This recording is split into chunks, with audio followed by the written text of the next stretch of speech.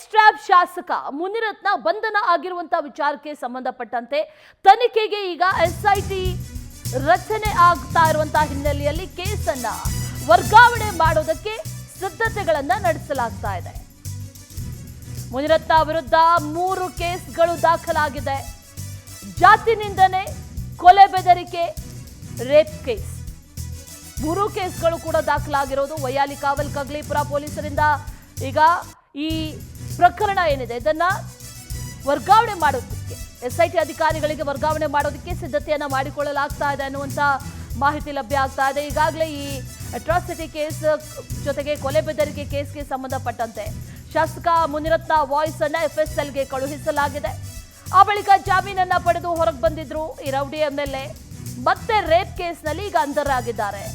ಪ್ರಕರಣದ ತನಿಖೆಗೆ ಎಸ್ಐಟಿಯನ್ನ ರಚಿಸಿದೆ ರಾಜ್ಯ ಸರ್ಕಾರ. ಎಸ್ಐಟಿ ರಚನೆಯ ಬೆನ್ನಲ್ಲೇ ಕೇಸ್ ಫೈಲ್ ಅನ್ನ ವರ್ಗಾವಣೆ ಮಾಡುವಂತ ಸಿದ್ಧತೆಗಳನ್ನ ಈಗ ಪೊಲೀಸರು ನಡೆಸ್ತಾ ಇದ್ದಾರೆ. ಇವತ್ತೇ ಕೇಸ್ ಫೈಲ್ ಅನ್ನ ವರ್ಗಾವಣೆ ಮಾಡಲಿದ್ದಾರೆ ಪೊಲೀಸರು ಅನ್ನುವಂತ ಮಾಹಿತಿ ಕೂಡ ಲಭ್ಯ ಆಗ್ತಾ ಇದೆ. ಈ ಮುನಿರತ್ನ ಪ್ರಕರಣಕ್ಕೆ ಸಂಬಂಧಪಟ್ಟಂತೆ ಈ ತನಿಖೆಗೆ BK ಸಿಂಗ್ ನೇತೃತ್ವದಲ್ಲಿ ಎಸ್ಐಟಿಯನ್ನ ರಚನೆ ಮಾಡಲಾಗಿದೆ. ರಾಜ್ಯ ಸರ್ಕಾರ ಮಹತ್ವದ ಆದೇಶವನ್ನ ಹೊರಡಿಸಿತ್ತು. ಆ ಹಿನ್ನೆಲೆಯಲ್ಲಿ ಈಗ ತನಿಖೆ ಆಗ್ತಾ ಇರೋದ್ರಿಂದ ಎಸ್ಐಟಿಗೆ ವರ್ಗಾವಣೆ ಆಗಿರೋದ್ರಿಂದ ಪೊಲೀಸರು ಪ್ರಕರಣವನ್ನ ವರ್ಗಾವಣೆ ಮಾಡುವಂತಹ ನಿಟ್ಟಿನಲ್ಲಿ ಕೇಸ್ ಫೈಲ್ ಅನ್ನ ವರ್ಗಾವಣೆ ಮಾಡುವಂತಹ ನಿಟ್ಟಿನಲ್ಲಿ ಸಿದ್ಧತೆಗಳನ್ನ ಮಾಡ್ಕೊಳ್ತಾ ಇದ್ದಾರೆ ಅನ್ನುವಂಥ ಮಾಹಿತಿ ಕೂಡ ಲಭ್ಯ ಆಗ್ತಾ ಇದೆ. ಮತ್ತಷ್ಟು ಡೀಟೇಲ್ಸ್ ಅನ್ನ ನೀಡ್ತಾರೆ ನಮ್ಮ ಪ್ರತಿನಿಧಿ ವೆಂಕಟೇಶ್. ನೇರ ಸಂಪರ್ಕದಲ್ಲಿ ಜಾಯಿನ್ ಆಗಿದ್ದಾರೆ. ವೆಂಕಟೇಶ್, ಎಸ್ಐಟಿ ರಚನೆ ಆಯಿತು.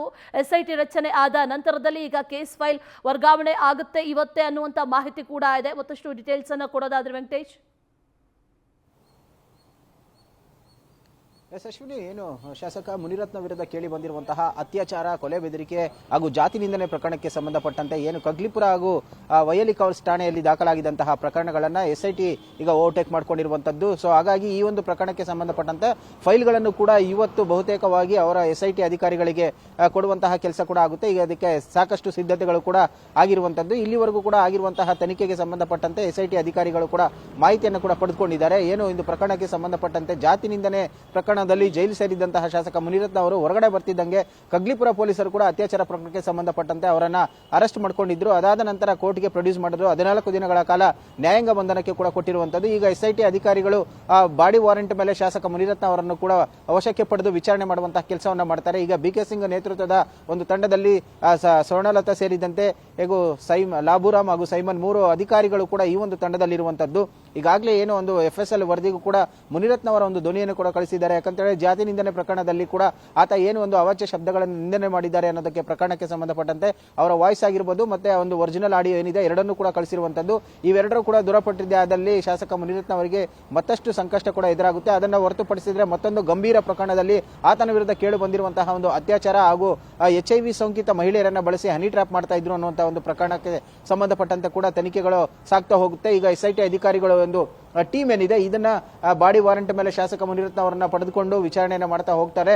ಸದ್ಯಕ್ಕೆ ಈ ಒಂದು ಪ್ರಕರಣದಲ್ಲಿ ಶಾಸಕ ಮುನಿರತ್ನ ಅವರಿಗೆ ಮುಂದಿನ ದಿನಗಳಲ್ಲಿ ಕೂಡ ಕಟ್ಟಿಟ್ಟ ಬುತ್ತಿ ಅಂತ ಹೇಳ್ಬೋದು ಸಂಕಷ್ಟ. ಯಾವುದೇ ಕಾರಣಕ್ಕೂ ಕೂಡ ಇಂತಹ ಒಂದು ಪ್ರಕರಣವನ್ನ ಸರ್ಕಾರ ನಿರ್ಲಕ್ಷ್ಯ ಮಾಡೋದಿಲ್ಲ, ಗಂಭೀರವಾಗಿ ತೆಗೆದುಕೊಂಡಿದೆ. ಸಮಾಜದಲ್ಲಿ ಇಂತಹ ಒಂದು ಕೆಟ್ಟ ಸಂದೇಶಗಳು ರವಾನೆ ಆಗಬಾರ್ದು. ಜನಪ್ರತಿನಿಧಿಗಳಾದವರು ಕೂಡ ಜನರ ಒಂದು ಸೇವೆಗೆ ಇರಬೇಕು, ಸ್ಪಂದನೆ ಮಾಡಬೇಕು. ಅದನ್ನ ಬಿಟ್ಟು ಈ ರೀತಿಯಾಗಿ ವರ್ತನೆ ಮಾಡೋದು ಎಷ್ಟು ಮಟ್ಟಿಗೆ ಸರಿ ಅನ್ನೋದು ಕೂಡ ಸಾಮಾಜಿಕ ವಲಯಗಳಲ್ಲಿ ಕೂಡ ಆಕ್ರೋಶ ವ್ಯಕ್ತವಾಗ್ತವೆ. ಆ ಹಿನ್ನೆಲೆಯಲ್ಲಿ ಒಂದು ಎಸ್ಐಟಿ ತಂಡವನ್ನು ಕೂಡ ರಚನೆ ಮಾಡಿರುವಂತಹ ಸರ್ಕಾರ ಮುಂದಿನ ದಿನಗಳಲ್ಲೂ ಕೂಡ ಮತ್ತಷ್ಟು ಇನ್ವೆಸ್ಟಿಗೇಷನ್ ಮಾಡ್ತಾ ಹೋಗ್ತಾ ಇರುವಂತದ್ದು. ಅಶ್ವಿನಿ.